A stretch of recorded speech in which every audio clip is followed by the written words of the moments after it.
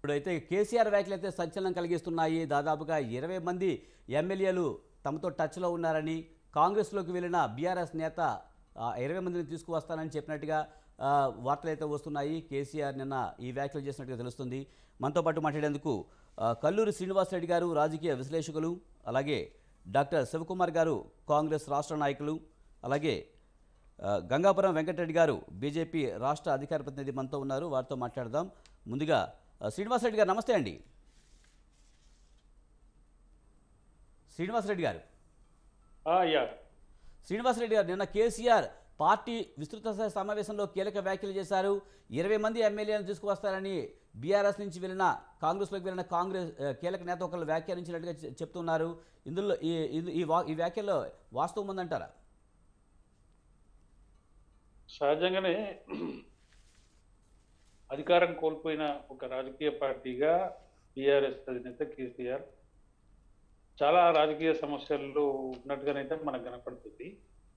Just assembly ఎన్నికలు అయిపోయి 4 నెలలు కావస్తుంది కాబట్టి ఇప్పుడు లోక్సభ ఎన్నికలు కూడా ఒక పరీక్షనే వాస్తవానికి బీఆర్ఎస్ పార్టీకి. ఆత్మస్థైర్యం కోల్పోయినటువంటి క్యాడర్ తోటి ఎన్నికలకు పోవడం అనేది కాస్త ఇబ్బందికరమైన పరిస్థితి మాత్రం బీఆర్ఎస్ ఉంది. కాబట్టి ఏదో రకమైనటువంటి పునరుత్తేజాన్ని కల్పించే ఉద్దేశంతో బహుశా మాజీ ముఖ్యమంత్రి కేసీఆర్ గారు అలా మాట్లాడి ఉన్నారేమో అని ఒక కోణంలో మనం అనుకునే అవకాశం ఉంటుంది. సరే, నిజంగానే గ్రౌండ్ రియాలిటీల్లో ఇప్పుడు ముఖ్యమంత్రి కేసీఆర్ గారు చెప్పినట్టుగా ఉందా? నిజంగానే కాంగ్రెస్ నుంచి అంతమంది ఫిరాయించి బీఆర్ఎస్కి రావడానికి ఏదైనా బలమైన కారణం కనపడుతుందా అంటే మనకైతే ఎక్కడేమో అటువంటి కారణం అయితే కనపడుతుంది. కానీ ముఖ్యమంత్రి గారు చేసింది అతివాక్య అనే చెప్పాలి. ఎవరు కాస్తంతనైనా నమ్మశక్యంగా ఉంటే దాని మీద మాట్లాడడానికి వీలవుతుంది, నమ్మడానికి వీలు. మాజీ ముఖ్యమంత్రి కానీ మాజీ ముఖ్యమంత్రి కానీ అతను చేసిన వ్యాఖ్యను అసలు నిజానికి ప్రజలు కూడా ఎక్కడ నమ్మే పరిస్థితులు అయితే మనకు కనపడతలేదు. రీజన్ ఉండాలి, సంథింగ్. కాంగ్రెస్లో ఏం జరుగుతుంది? అతలాకుతలం జరుగుతుందా? కుంపట్లు ఉన్నాయా? ఇంకేమైనా గొడవ జరుగుతుందా? అటువంటి సందర్భం ఉంటే చెప్పలేము. కానీ నిజంగానే అటువంటి సందర్భం కాంగ్రెస్ పార్టీలో మాత్రం కనపడతలేదు, ఎక్కడ కనపడతలేదు. కోమటిరెడ్డి బ్రదర్స్ వాళ్ళు మాట్లాడుతున్న తీరు కావచ్చు, ముఖ్యమంత్రి రేవంత్ రెడ్డి గారికి మంచి మద్దతుదారులుగా వాళ్ళు ఇస్తున్నటువంటి స్టేట్మెంట్లు చూసినా, లేకపోతే ఇతర మంత్రులు చూసినా అక్కడేమీ గొడవ ఉన్నట్టయితే కాంగ్రెస్ పార్టీలో మనకు ఎక్కడ కనపడలేదు. ఎందుకు వస్తారండి వాస్తవంగా? కాబట్టి కేసీఆర్ గారు ఏదో పార్టీ క్యాడర్ మనోస్థైర్యాన్ని పెంచుతందుకు ఆ రకంగా మాట్లాడినా నిజంగానే అట్లా మాట్లాడితే నిజంగానే మనోస్థైర్యం పెరుగుతుందా అంటే అది కూడా ఏమీ మనకు కనపడదు. గ్రౌండ్ రియాలిటీ వేరుంది. ముఖ్యమంత్రి కేసీఆర్ గారు మాట్లాడింది వేరుగా ఉంది. కాబట్టి ఇది నమ్మశక్యం కాని విషయంగానే ప్రజలకు కనపడుతుంది. ఒక రకంగా చెప్పాలంటే రాజకీయంగా కాస్తంత అపహాస్యమైనటువంటి కామెంట్ కూడా అని చెప్పొచ్చు. నిజంగానే మాజీ ముఖ్యమంత్రి కేసీఆర్ గారు అతని దగ్గరికి ఎమ్మెల్యేలు వస్తా అంటే తానే వద్దన్నా అని చెప్పడం అనేది ఇంకా విచిత్రంగా కనపడుతుంది.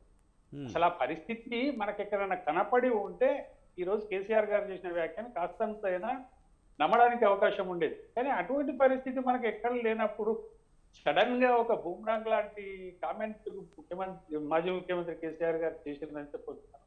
ఇది నమ్మశక్యంగానే విషయం. రెండోది ఏంది, కాంగ్రెస్ లో అలాంటి బలహీనతలు ఏమైనా కనపడుతున్నాయా, లుకలుకలు ఉన్నాయా అంటే మనకు ఎక్కడా కనపడతలేదు.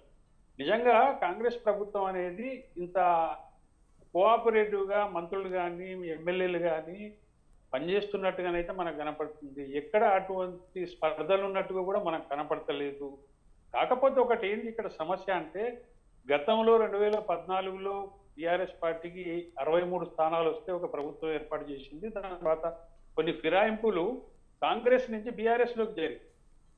కానీ ఇప్పుడు కూడా కాంగ్రెస్ ప్రభుత్వం యొక్క సంఖ్య ఏంటంటే 64. జస్ట్ లైక్ బీఆర్ఎస్ కు 2014లో ఎట్లా వచ్చినాయో ఇప్పుడు 2023లో కూడా కాంగ్రెస్ పార్టీకి ఆ రకంగానే వచ్చింది.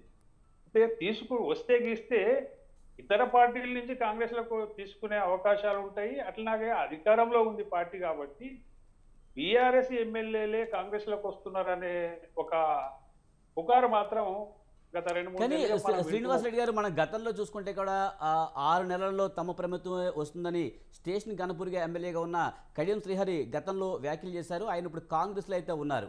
అంటే ఈ వ్యాఖ్యల్ని అప్పట్లో సంచలనమే రేపాయి. మరి ఇప్పుడు ఆయన కాంగ్రెస్లో ఉన్నారు కనుక ఒక సీనియర్ నేత అంటున్నారు. ఆయనను అనుమానించే అవకాశం ఉందంటారా, లేదా కాంగ్రెస్లో బీఆర్ఎస్ కోవట్లు ఉన్నారనుకోవాలా?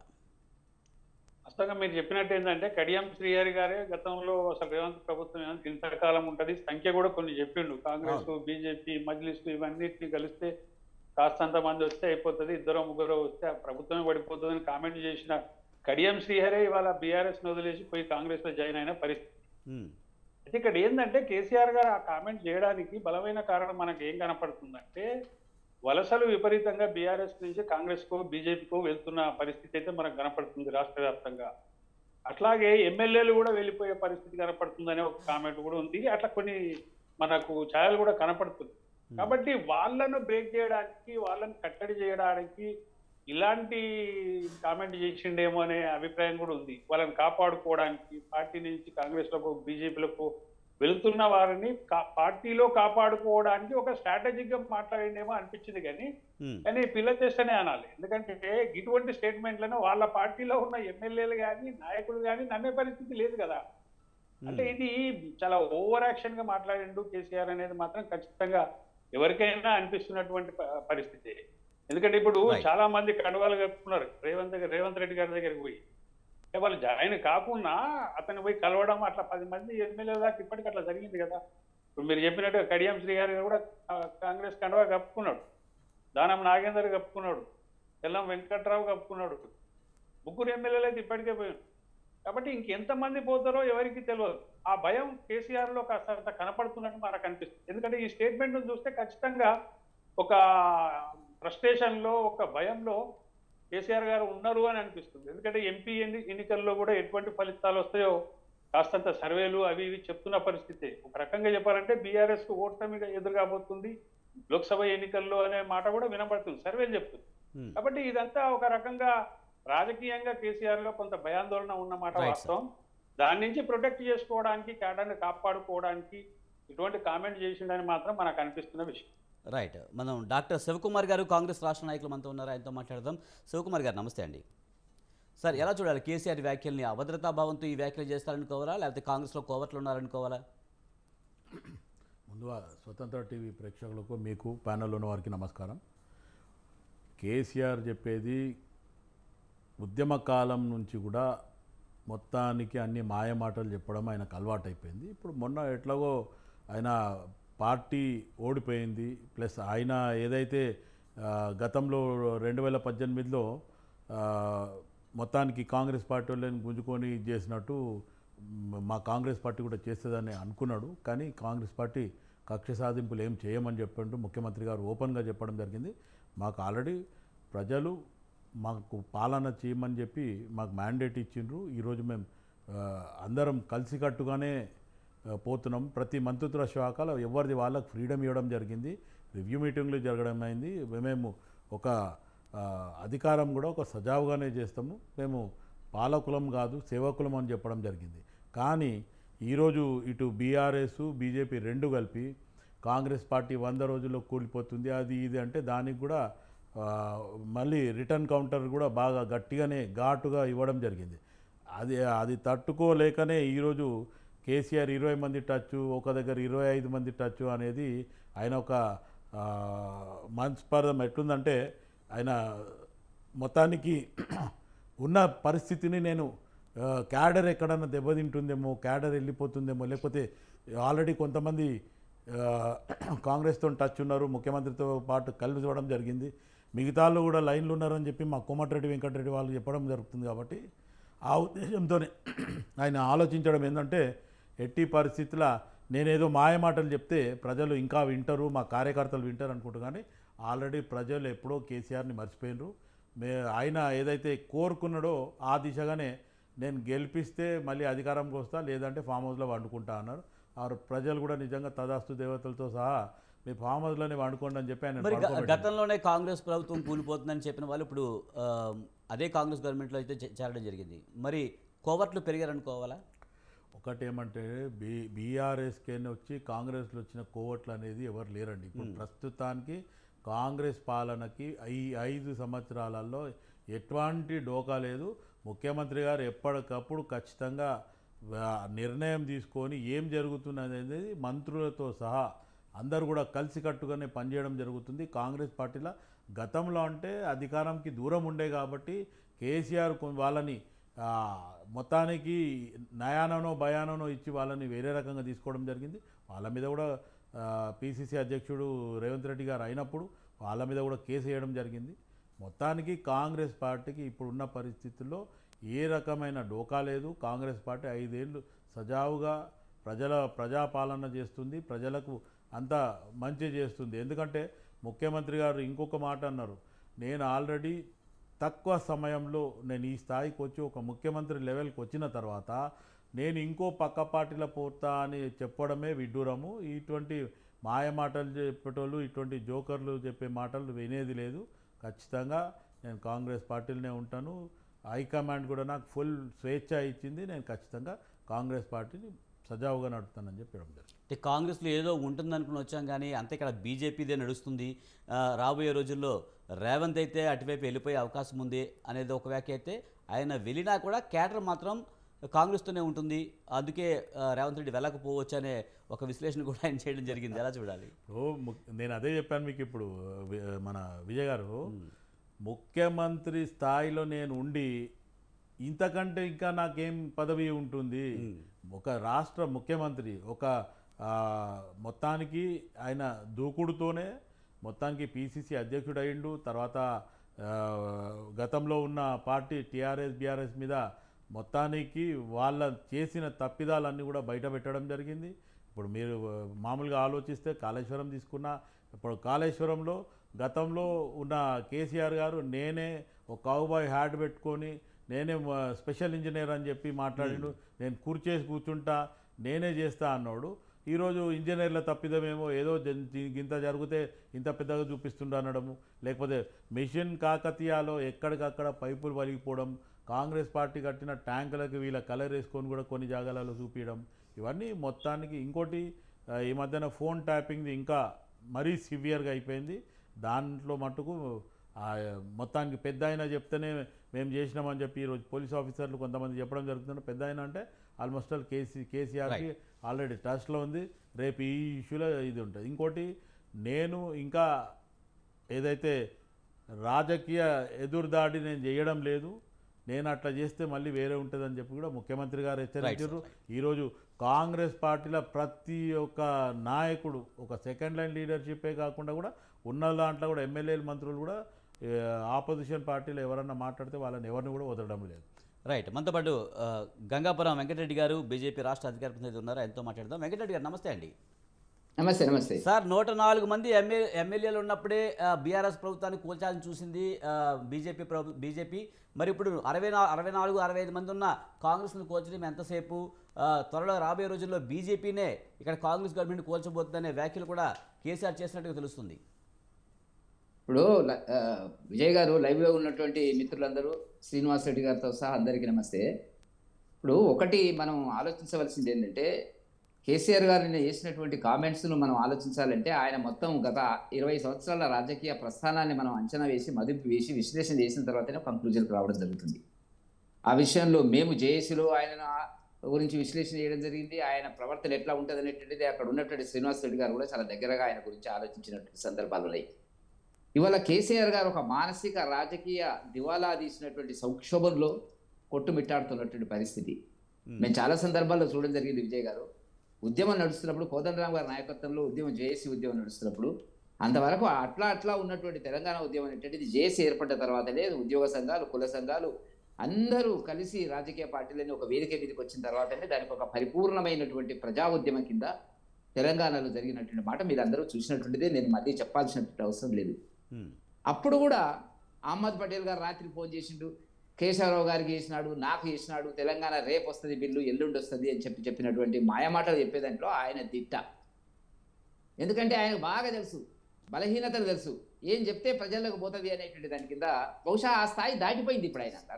ఆ చెప్పినటువంటి అబద్ధాలే జేఏసీ అనేటువంటిది ఆయన రక్షణ కవచంలా ఉండి ముందుకు తీసుకుపోయింది. ఉద్యమం తెలంగాణ సాధన జరిగింది, విద్యార్థులు అనేక మంది ఆత్మ బలిదానాలు జరిగిన సందర్భంలో జరిగినటువంటి మాస్తా. ఈ చరిత్ర నేను ఎందుకు చెప్తున్నానంటే, తనకు వ్యక్తిగతంగా రాజకీయంగా సమస్యలు వచ్చినప్పుడు, సంక్షోభం ఏర్పడినప్పుడు, అల్లకల్లోలం ఏర్పడినప్పుడు, అశాంతి పార్టీలో ఏర్పడ్డప్పుడు, తన నాయకత్వం మీద ఒక రకమైనటువంటి వ్యతిరేకత ఏర్పడ్డప్పుడు ఈ మాటలు మాట్లాడతాడు.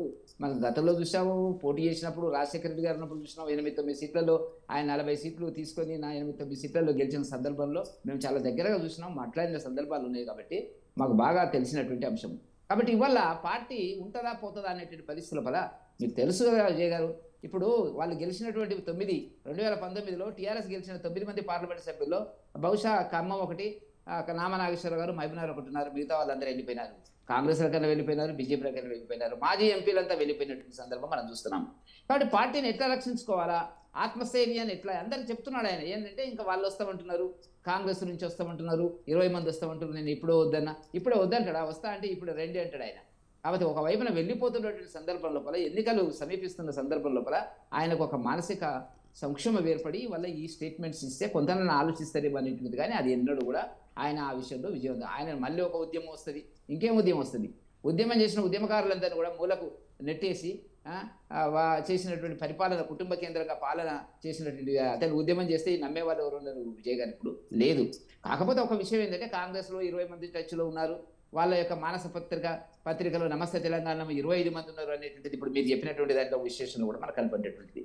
ఇప్పుడు కాంగ్రెస్ నుంచి పోతారా పోరా అనేటువంటి విషయం గురించి నేను చర్చించాను. కాకపోతే కాంగ్రెస్ యొక్క వైఖరి, దాని యొక్క రాజకీయ స్వరూపము, దాని యొక్క ఆలోచన విధానాన్ని మనం చూసినప్పుడు 2014లో 2019లో మొన్నటి వరకు చూసినప్పుడు ఇద్దరు పిసిసి ప్రెసిడెంట్లు కేశవరావు గారు కానివ్వండి, డి శ్రీనివాస్ గారిని, ఎందుకంటే సాధారణంగా పిసిసి ప్రెసిడెంట్లకు చేసిన వాళ్ళు పార్టీ ఫిరాయించి టీఆర్ఎస్లో పదవుల కోసం, రాజ్యసభ సభ్యత్వం కోసం పోయినటువంటి సందర్భం ఉన్నది. మీరు ఒక్కటి జ్ఞాపకం పెట్టుకోవాల్సిన అవసరం ఉంది విజయ్ గారు.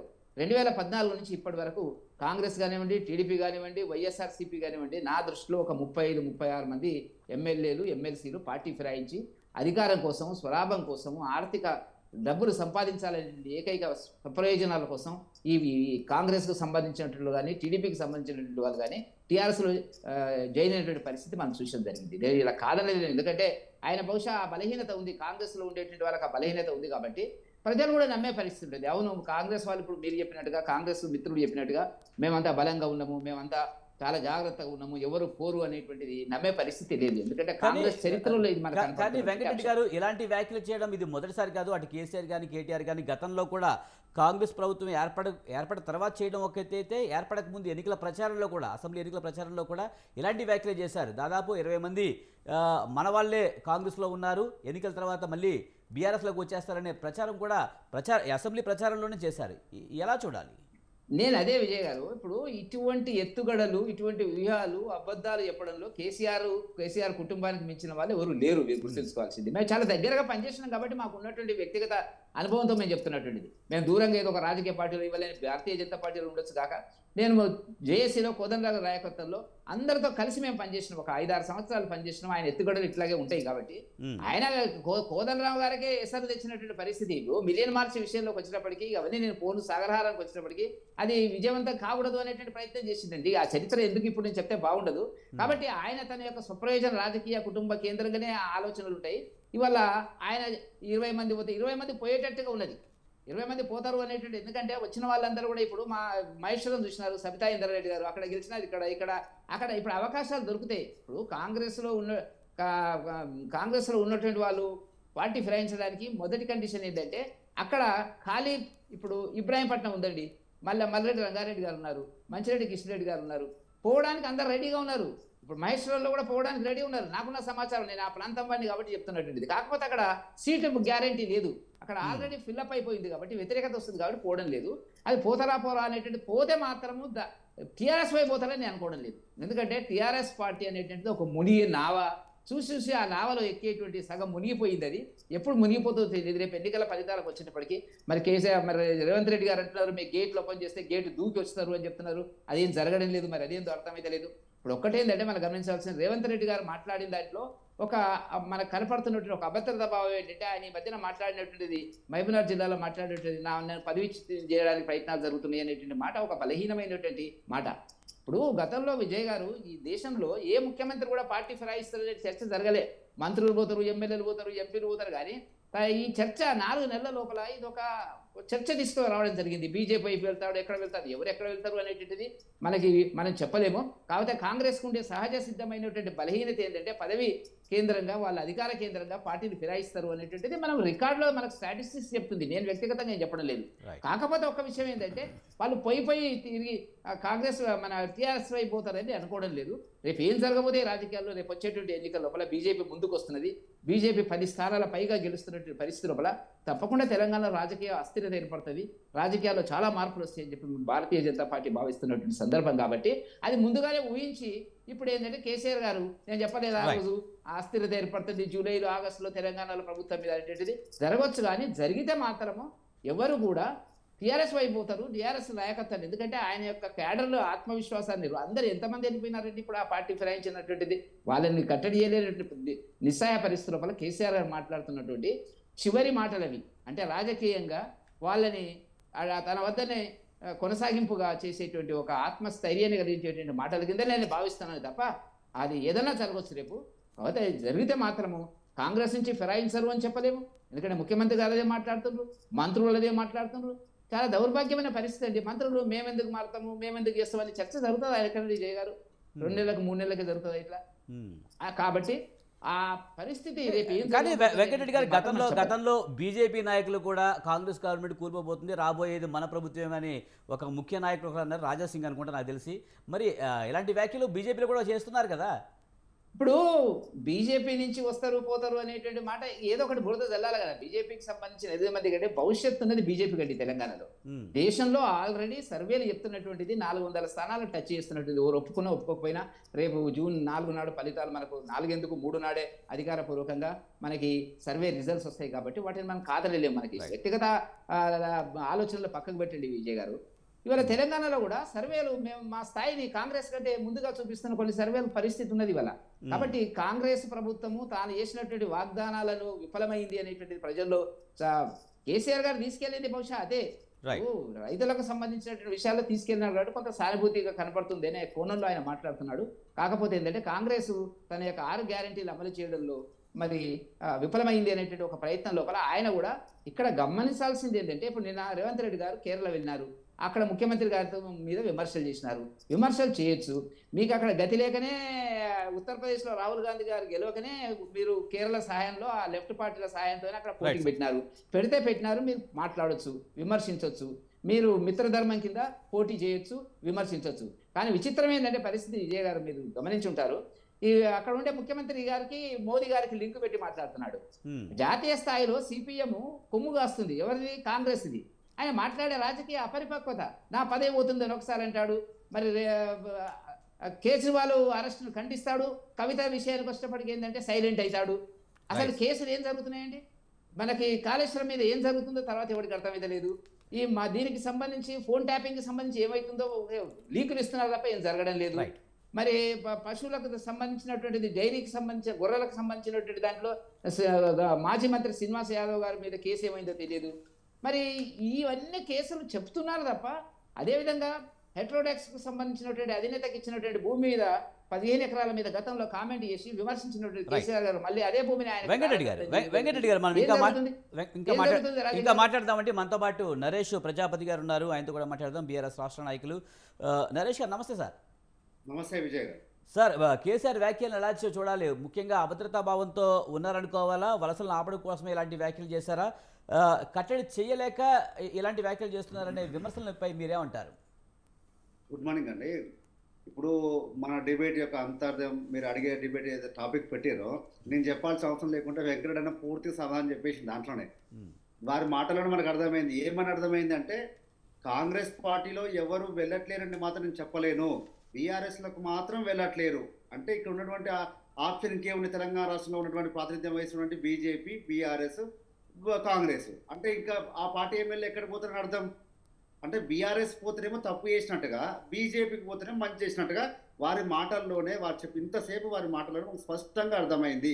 లేదంటే మళ్ళీ ఒకసారి మీరు దాన్ని రివైజ్ చేయండి, అది మనకు క్లియర్గా అర్థమవుతుంది. అంటే ఇక్కడ అర్థమైందంటే ఆ పార్టీ నాయకులు పార్టీ ఫిరాయించొద్దు, ఫిరాయింపులు మనము అడ్డుకుంటాం లేకపోతే వ్యతిరేకిస్తాం, ఆ పార్టీ నాయకులు వస్తే తీసుకునేది లేదు అని చెప్పి ఏ నాయకుడు చెప్పట్లేడు. అంటే ఇక్కడ ఉన్నటువంటి వెంకరెడ్డి గారితో సహా అరవింద్ గారైనా లేకపోతే మహేష్ రెడ్డి గారైనా లేకపోతే బండి సంజయ్ గారైనా రాజాసింగ్ గారైనా ఎంతసేపటికి వారు ఏం మాట్లాడుతూ ఉన్నారు?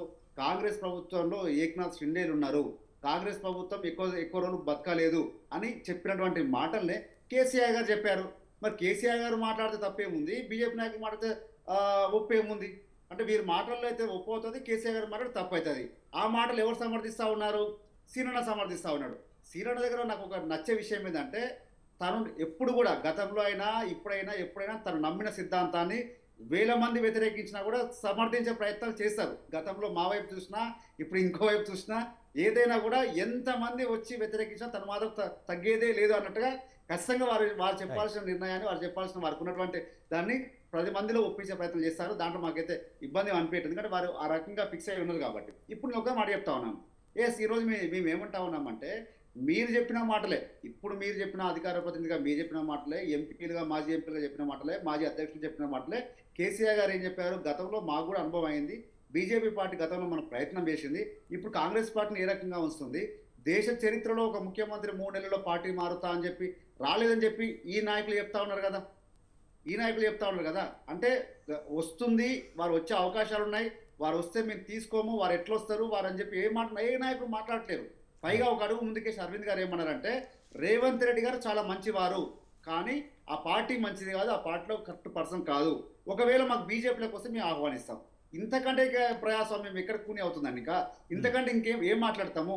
అంటే వారు మాట్లాడినప్పుడు మాటలేమో మంచిగా అవుతాయి, ప్రజాస్వామ్యయుతంగా ఉంటాయి, మేము మాట్లాడిన మాటలేమో వ్యతిరేకంగా చూపించే ప్రయత్నాలు చేస్తూ ఉన్నారు. ఏది ఏమైనప్పటికీ కూడా ప్రజల ఆకాంక్ష ఏతుందో, ప్రజలు ఏవైతే కోరుకున్నారో, ప్రజలు మమ్మల్ని ప్రతిపక్ష పార్టీలో ఉంచారు, మేము ప్రతిపక్షంలో ఉంటాము, సరైన పాత్ర పోషిస్తాము, 1-2 ఎమ్మెల్యేలు పోతే మాత్రం మాకు ఇబ్బంది ఏం లేదు. గతంలో ఉన్నటువంటి వాటిలో సగం మంది పోయారు, సగం మందిని ఓడించే ప్రయత్నాలు చేసిర్రు, ఎన్నో అవహేళన పాలు చేసిర్రు, ఎన్నో రకంగా చేసిర్రు. ఇప్పుడు గతం గురించి మాట్లాడుతూ గతంలో మేము కూడా ఉన్నాం, మేము కూడా ఉద్యమకారులు తెలంగాణ రాష్ట్ర సాధన కోసం గతంలో మాట్లాడినప్పుడు జేఏసీని ఎవరు నిలబెట్టిరు, జేఏసీని ఏ రకంగా అవహేళన చేసిర్రు, జేఏసీ నుంచి ఎవరు పారిపోయారు, జేఏసీ నుంచి ఉండని చెప్పి ఎవరు పారిపోయారు, తెలంగాణ ఈ జేఏసీ పిలుపునిస్తే కిషన్ రెడ్డి గారు రాజీనామా చేయకుండా పోయారు కదా, మరి వారి అధ్యక్షతను మీరు పనిచేస్తూ ఉన్నారు కదా, దీనికేం సమానం చెప్తారు? జేఏసీ గొప్పదని మాట్లాడుతూ ఉన్నారు. మరి ఆ జేఏసీ కోదండరామ్ గారు ఇచ్చిన పిలుపుకైతే మేము కట్టుబడి ఉన్నాం, సీట్లు వదులుకున్నాం, త్యాగాలు చేసినాం, ఎన్నోసార్లు చేసినాం. కానీ ఇప్పుడు మీరు పార్టీ ప్రాతినిధ్యం వహిస్తున్న పార్టీ అధ్యక్షుడు రాజీనామా చేయలే కదా, మరి నరేష్ గారు దాదాపు 20 మంది మాకు టచ్లో ఉన్నారు, రాబోయే రోజుల్లో రావచ్చు అనే అభిప్రాయం అయితే మీ నాయకుల్లో వ్యక్తం అవుతుంది. కానీ ఇప్పటి వరకు వెళ్ళిపోతున్న నాయకుల పరిస్థితి ఏంటి? ఎన్నికల తర్వాత చాలా మంది వెళ్ళిపోతారన్న విశ్లేషణలు కూడా వస్తున్నాయి. మరి దానికి ఏం చేయబోతుంది మీ పార్టీ? ఇప్పుడు పోయిన వాళ్ళు ఎంత కుమిలిపోతారో చూస్తా ఉన్నాం విజయ్ గారు. ఏడుస్తున్నారు రాత్రి ఏడుస్తున్నారు.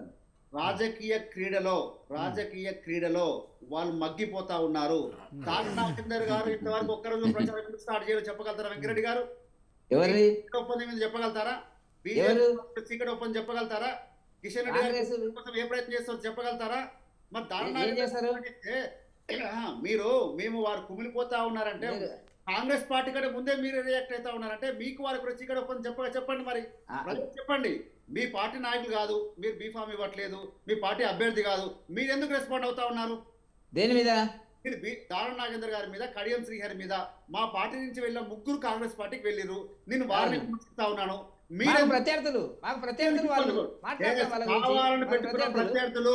కావాలని పెట్టుకున్న ప్రత్యర్థులు చీకటి ఒప్పందం బాగా పెట్టుకున్న ప్రత్యర్థులు కాబట్టి రెస్పాండ్ అవుతా ఉన్నారు. మరి చెప్పేటటువంటి ప్రయత్నం చేయట్లేరు.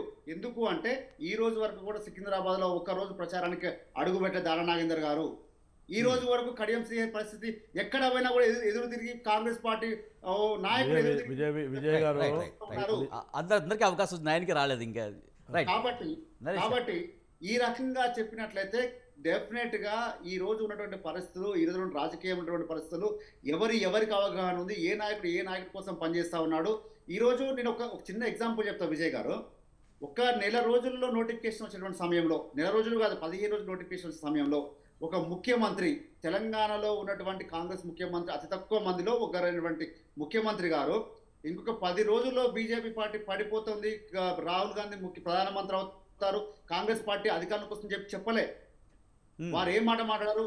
అయ్యా రాబోయే రోజుల్లో మీరే మాకు పెద్దన్న, మీరు మమ్మల్ని కాపాడాలి, మాకు ఎటువంటి ఇబ్బంది లేకుండా చూసుకోవాలి అని చెప్పిన మాట ఎవరండి? రేవంత్ రెడ్డి గారు. మరి పెద్దన్న ఎవరు, బడాబాయ్ ఎవరు, చోటాబాయ్ ఎవరు? ప్రధానమంత్రిగా ఉన్న వ్యక్తి పెద్దనలా ఉండాలని వ్యాఖ్య చేశారు కానీ మోడీ గారు మీరే పెద్దనని చెప్పలేదు కదా. చీకటి ఒప్పందాలు ప్రజలకు స్పష్టంగా అర్థమైన విజయ్ గారు. కాబట్టి ఇవి ప్రజల వ్యతిరేకత వస్తా ఉంది. ముఖ్యమంత్రి గారు అయినప్పటికీ కూడా వారు బీజేపీలోకి పోయి మళ్ళీ కుంపడి పెట్టే అవకాశం ఉందని చెప్పి ప్రజలు నమ్ముతా ఉన్నారు. ఆ నమ్మకాన్ని ప్రజలు ఒక వాయిస్ గా వస్తుంది. మీలాంటి సీనియర్ జర్నలిస్ట్ అదే మాట మాట్లాడుతూ ఉన్నారు. మాజీ ముఖ్యమంత్రి అయినా, రాజకీయ పార్టీ నడిపే అయినా, ఎవరైనా సరే ఈ రోజు ఎందుకు మిగతా వాళ్ళు కానీ నరేష్ గారు ఏదేమైనప్పటికీ కూడా ఈ రోజు పార్లమెంట్ ఎలక్షన్స్ లో నిలబడడానికి అభ్యర్థులు కరువైన మాట వాస్తవమా కాదా? ఇప్పుడు ఒక మాట చెప్తాను. 17 మంది అభ్యర్థులు మేము తీసుకున్నాం విజయ్ గారు, మేము నిలబెట్టాం కదా. 17 మందిలో మేము ఒక్కరన్నా ఈ ఎలక్షన్ కోసం వచ్చిన నాయకులు చూపియండి. పైగా 12 మంది మీ వైపు ఎవడు రాడు. ఇప్పుడు సామర్థ్యం ఉంది. ఒకటి సార్ విజయ్ గారు చెప్పండి. వారు అట్లే మాట్లాడతారు, మాకు ఇబ్బంది ఏం లేదు. కానీ అయితే మాకు సామర్థ్యం ఉంది. ఒక నాయకునికి ఏమవుతుంది, ఇంకో నాయకుడు మా దగ్గర రెడీ ఉన్నాడు. మీ దగ్గర మీ జెండా పట్టినోడి మీద నమ్మకం లేక మీ జెండా పట్టినోడికి ఇస్తే ఓడిపోతామని ఒక నమ్మకంతో ఈ రోజు మా పార్టీ నాయకులు తీసుకురు కదా. మరి దీంట్లో ఎవరి పార్టీ సామర్థ్యం ఎక్కువ? మా పార్టీ నుంచి సిట్టింగ్ ఎంపీలు పోతే కూడా మా నాయకత్వం తయారు చేసి ఇచ్చిన పార్టీ ఈ పార్టీలో పోటీ చేసే దిక్కు లేక పరిస్థితులు పార్టీ ఈ రోజు మా పార్టీ ఎమ్మెల్యే తీసుకొని దాన నాగేంద్ర గారు తీసుకొని మీరు ఎంపీ టికెట్ ఇస్తారు, కడియం శ్రీహరి గారు తీసుకొని ఎంపీ టికెట్ ఇస్తారు, లేకపోతే షానంపూర్ సైరెడ్డి తీసుకొని మీరు ఎంపీ టికెట్ ఇస్తారు, భరత్ తీసుకొని మీరు ఎంపీ టికెట్ ఇస్తారు. ఇట్లా చేసిన పార్టీలు బలంగా ఉన్నట్ట, మేము బలంగా ఉన్నట్ట. దానం నాగేందర్ ముందు కాంగ్రెస్ పార్టీ లీడరా లేకపోతే మీ టీఆర్ఎస్ బీఆర్ఎస్ లీడరా బ్రదర్? ఏంటన్నా దానం నాగేందర్ మీ టీఆర్ఎస్ బీఆర్ఎస్ లీడరా లేకపోతే కాంగ్రెస్ లీడర్ ఉండేనా గతంలో? ఓకే, ఆ రకంగా తీసుకునే ప్రయత్నం చేశారా? ఆ రకంగా తీసుకునే ప్రయత్నం కాదు. ఇప్పుడు ప్రస్తుతానికి టీఆర్ఎస్ బీఆర్ఎస్ పని అయిపోయింది అనే ఉద్దేశంతో మనం చూస్తున్నాం. దానాగేందర్ ఇప్పటి వరకు చూసిన సందర్భాలు చూస్తే కనుక అధికారం ఏ పార్టీలో ఉంటే ఆ పార్టీలో ఉన్న దాఖలంటే మనకి ఇప్పటి వరకు విజయ్ గారు please last minute right. Sir ఏం చెప్పారంటే గతంలో ఆయన ఏ పార్టీ నాయకుడు కాబట్టి వచ్చిందంటున్నారు. మేము అదే అంటా ఉన్నాము. రేవంత్ రెడ్డి గారు ఆర్ఎస్ఎస్ క్యాండిడేట్, ఏబీవీ క్యాండిడేట్ కాబట్టి బీజేపీలోకి పోతుండు.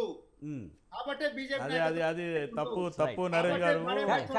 కానీ రాష్ట్రంలో సీఎం కంటే పెద్ద పదవి ఉంటుందా? ఆయన బీజేపీ. ఒక నిమిషం నరేష్ గారు ఒకే ఒక క్వశ్చన్. నాగేందర్ గారు మీ పట్లకి ఏ రకంగా వస్తారు నమ్ముతా ఉన్నారో ఆ రకంగా బీజేపీ వాళ్ళు అదే రకంగా నమ్ముతా ఉన్నారు. మా నాయకుడు కదా. మరి అట్లా అనుకుంటే గత ఆర్ఎస్ఎస్ క్యాండిడేట్ అయిన తర్వాత కూడా మీ టీఆర్ఎస్ లో కూడా పనిచేసిండు. ఇదే కేసీఆర్కి నేను పెట్రోల్ ఓపించినా మీ అయ్యని అడగని చెప్పి కేటీఆర్ కూడా చెప్పిండు కదా. అట్లా అనుకుంటే మరి బీఆర్ఎస్ తీసుకుంటారా?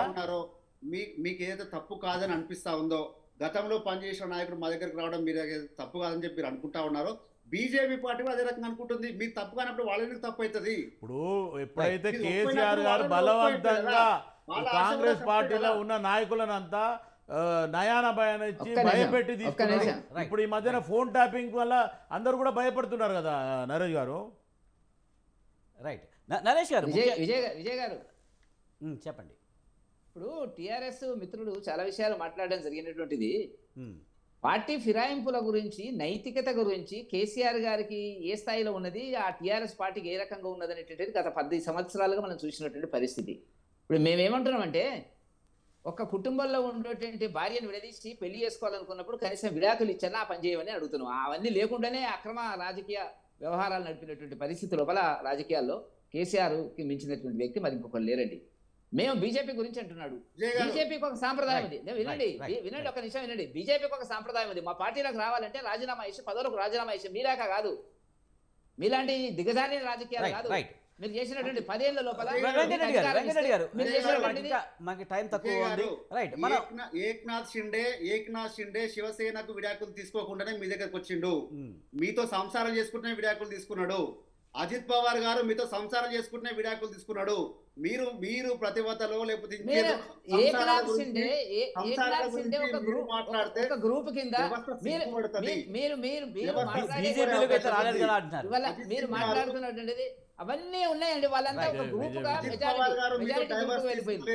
ఇప్పుడు మీలాగా శ్రీనివాస్ యాదవ్ 1/3 2/3 40 ఫిరాయించిన తర్వాతనే ఒక పార్టీలోకి పోవచ్చని రాజ్యాంగంలో ఉంది. Right. వెల్లి రెడ్డి మీలేక కాదు, శ్రీనివాస్ యాదవ్ గారు ఏ పార్టీ అని చెప్పి మీరు మంత్రి ఇచ్చినారు చెప్పండి. ఇప్పుడు కూడా అప్పుడు మీరు ఇచ్చినప్పుడు ఏ రకంగా ఉందో చెప్పండి. అది మీరు Right. దిగజారిన పద్ధతుల్లో కేబినెట్ వెంకటరెడ్డి గారు మన టైం తక్కువ ఉంది, అందరికీ సమానంగా మనకి టైం ఇవ్వాలి. రైట్, శ్రీనివాస్ రెడ్డి గారు, రైట్, శ్రీనివాస్ రెడ్డి గారు, రైట్, వెంకటరెడ్డి గారు, వెంకటరెడ్డి గారు ఒక్క నిమిషం అండి. శ్రీనివాస్ రెడ్డి గారు, మీరు ఎలా చూస్తారు? ముఖ్యంగా రేవంత్ రెడ్డి గతంలో ఏబీవీపీలో పనిచేసినా, లేకపోతే టీఆర్ఎస్లో పనిచేసినా, ఈ టీడీపీలో పనిచేసినా, ఫైనల్గా సీఎం అయింది మాత్రం కాంగ్రెస్లో. ఒక రాష్ట్రంలో సీఎం కంటే పెద్ద పదవి లేదు, కానీ ఆయన బీజేపీలోకి వెళ్తారంటే ప్రచారాన్ని ఎలా చూడాలి? ఇదొక పాయింట్ అయితే, సీఎం కేసీఆర్ నిన్న మాట్లాడుతూ కూడా మద్యం కేసులో కూడా ఆయన మొదటిసారిగా స్పందించారు. ముఖ్యంగా ఈ బీజేపీ కక్ష సాధింపుతో ఇదంతా చేసింది అంటున్నారు.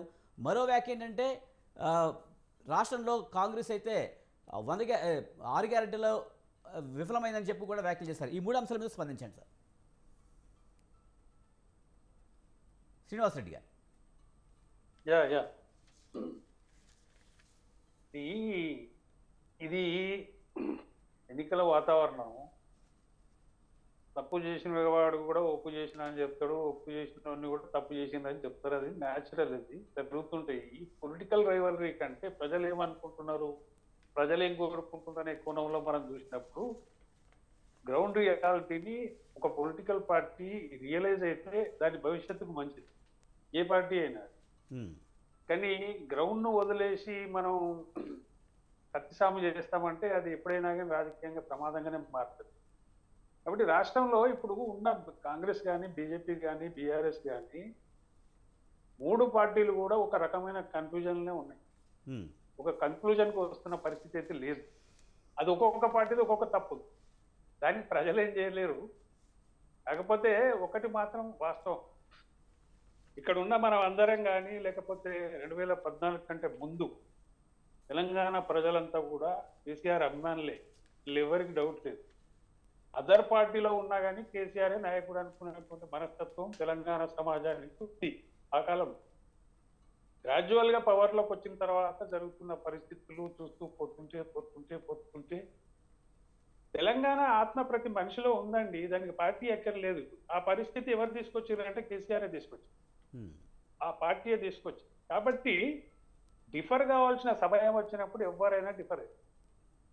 కానీ దాన్ని వదిలేసి మనం కేసీఆర్ మాత్రమే తెలంగాణ ఆత్మ అనుకుంటే అది తప్పు. మనందరికీ తెలంగాణ ఆత్మనే ఉంది, ఎందుకు లేదు? అందరికీ ఉంది. కానీ తెలంగాణ ఆత్మ నుంచి దూరం పోయి ఇంకో రకమైన పరిపాలన జరుగుతున్నప్పుడు ఎవరైనా వ్యతిరేకిస్తారు. That is natural. ఇవాళ నీకు 2014లో వచ్చిన ఓట్లు, 2018లో వచ్చిన ఓట్లు, ఇలా 2023లో వచ్చిన ఓట్లను చూస్తే ఎందుకు 10% గ్రాఫ్ డౌన్ అయిందండి బీఆర్ఎస్? వాళ్ళందరికీ తెలంగాణ ఆత్మ లేదా? ఓట్లు వేయని పరిస్థితి ప్రజలకు. మనకే ఉందా? అది తప్పు, ఆ క్యాల్కులేషన్ తప్పు.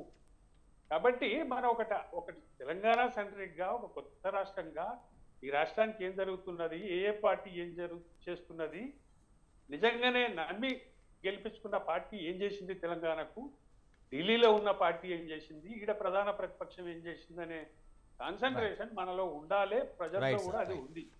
దాన్ని మనం దృష్టిలో పెట్టి పనిచేసినప్పుడు ఖచ్చితంగా ఎవరు వాట్ అనేది రేపు నీకు లోక్సభ ఎన్నికల్లో కూడా దాని ఫలితాలు కనపడాయని కాదు. కానీ ఒకటి ఏంటంటే అదే ఒక ఉద్యమ పార్టీ పోయి ఒక పక్తు రాజకీయ పార్టీగా మారినాక రావాల్సిన అవలక్షణాలు ఆ పార్టీకి వచ్చినాయి. అది మనం చూస్తున్నాం. అది బీజేపీ కాంగ్రెస్ తో సమానమైన పక్తు రాజకీయం చేస్తే వాట్ ఈస్ డిఫరెన్స్? కాబట్టి ఇవాళ మనం ఏదో దాన్ని మాత్రమే సమర్థించాలి తెలంగాణకు అని అంటే అట్లా కట్టుబడి లేదు కదా ఆ పార్టీ. ఇంతకాలం లేనప్పుడు ఖచ్చితంగా ప్రజలు ఎవరి ఆలోచన ప్రకారంగా వాళ్ళు పనిచేస్తారు, అలా తప్పే లేదు. ఆ ఫలితాలు కూడా అట్నే వస్తుంటాయి. రేపు లోక్సభ ఎన్నికల ఫలితాలు కూడా అట్నే వస్తాయి. కేసీఆర్ గారికి ఏంటంటే ఇప్పటికీ ప్రజల్ని నమ్మించే ప్రయత్నం చేస్తుండే కానీ రియలైజేషన్కి వస్తలేదు. రియలైజేషన్కి వస్తే డెఫినెట్లీ ఆ పార్టీ కూడా బాగుపడుతుంది. కానీ ఆ రియలైజేషన్ లేకుండా పక్తు రాజకీయమైన లక్ష్యం, పక్తు రాజకీయంతో నేను గెలుస్తా, పక్తు రాజకీయంతో ప్రజల్ని భ్రమ పెడతా అంటే తప్పు కదా. ఇప్పటికీ మారని పరిస్థితి. అహంకారం ఎక్కడ తగ్గలేదండి. ఓడిపోయినా కూడా ప్రజలకు కృతజ్ఞతలు చెప్పని రాజకీయ పార్టీ భారతదేశంలో ఏదైనా ఉన్నదంటే అది బీఆర్ఎస్. ఈ అంతర్మించిన దుర్మార్గం ఏం పాడవుతుందండి? 39% ఓట్లు, 37 మంది ఎమ్మెల్యేలను గెలిపించిన ప్రజలకు కూడా కృతజ్ఞతలు చెప్పని పరిస్థితి. Right right right right thank you Srinivas Reddy గారు. మన టైం అయిందండి, టైం అయింది. One minute. అది రాజకీయ లక్షణం కాదు అంటున్నా. Right. తెలంగాణ ఆత్మను పొడగొట్టుకున్న తెలంగాణ ఆత్మను తిరిగి తెచ్చుకోగలిగే ధైర్యం ఉంటే డెఫినెట్లీ ఆ పార్టీ బాగుపడుతుంది. Right right thank you Srinivas Reddy garu. Thank you Srinivas Reddy గారు. అలాగే డాక్టర్ శివకుమార్ గారు, నరేష్ గారు, అలాగే వెంకటరెడ్డి గారు, థ్యాంక్ యూ వెరీ మచ్ అండి. మన టైం తక్కువగా ఉంది, ఇది వాటి న్యూస్ కేఫ్. చూస్తూనే ఉండండి స్వతంత్ర.